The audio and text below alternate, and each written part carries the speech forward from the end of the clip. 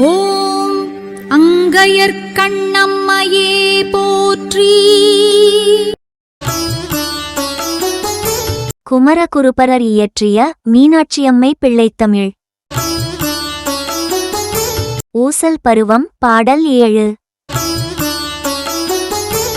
குழியும் பசும் கண் முசுக்கலை வெறி சிறு குறும் பலவின் நெடிய பாரக்கொம்பு ஒடிபடத் தூங்குமுள் புறக்கனியின் குடம் கொண்டு நீந்த மடைவாய் வழியும் கொழுந்தேன் உவட்டு எழு தடம் காவின் வள் உகிர் கருவிரல் கூன் மந்திகள் இரிந்து ஏகும் விசையினில் விசைந்து எழு மரக்கோடு பாய வயிறு.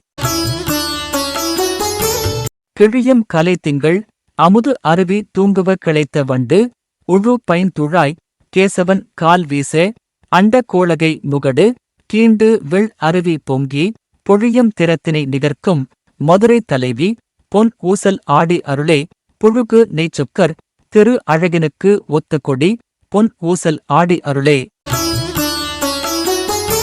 பொழிப்புரை. ஆழ்ந்துள்ளபசிய கண்களையுடைய ஆண் குரங்குகள் பயந்து சிறிய குறும்பலாமரத்தின் நீண்ட பாரத்தையுடைய கொம்பானது ஒட்டியும்படி தொங்குகின்ற பலாப்பழமாகிய குடத்தைக் கொண்டு நீந்துகின்றன. மடையில் ஒழுகுவது போலச் செழித்த தேன் பெருக்கெடுத்து ஓடுகின்ற பெரிய சோலையில் கூரிய நகங்களையும் கரிய விரல்களையும் வளைந்த முதுகினையும் உடைய மந்திகள் பயந்து தோடும் வேகத்தினால் ஓசையுடன் விழுகின்ற மரக்கிளை பாய்ந்து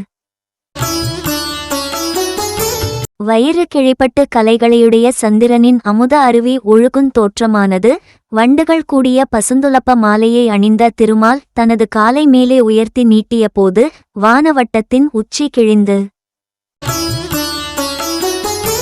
கங்கையருவியானது பெருகிப் பொழிகின்ற தன்மையைப் போன்று வளம் பொருந்திய மதுரை நாயகி பொன்னாலாகிய ஊஞ்சலில் ஆடியருள்க தாயே. அங்கையற்கண்ணி புழுகு நெய் பூசிய சொக்கலிங்க பெருமானின் சிறந்த அழகுக்கு ஏற்ற கொடி போன்றவளே பொன் ஊசல் ஆடி அருள்.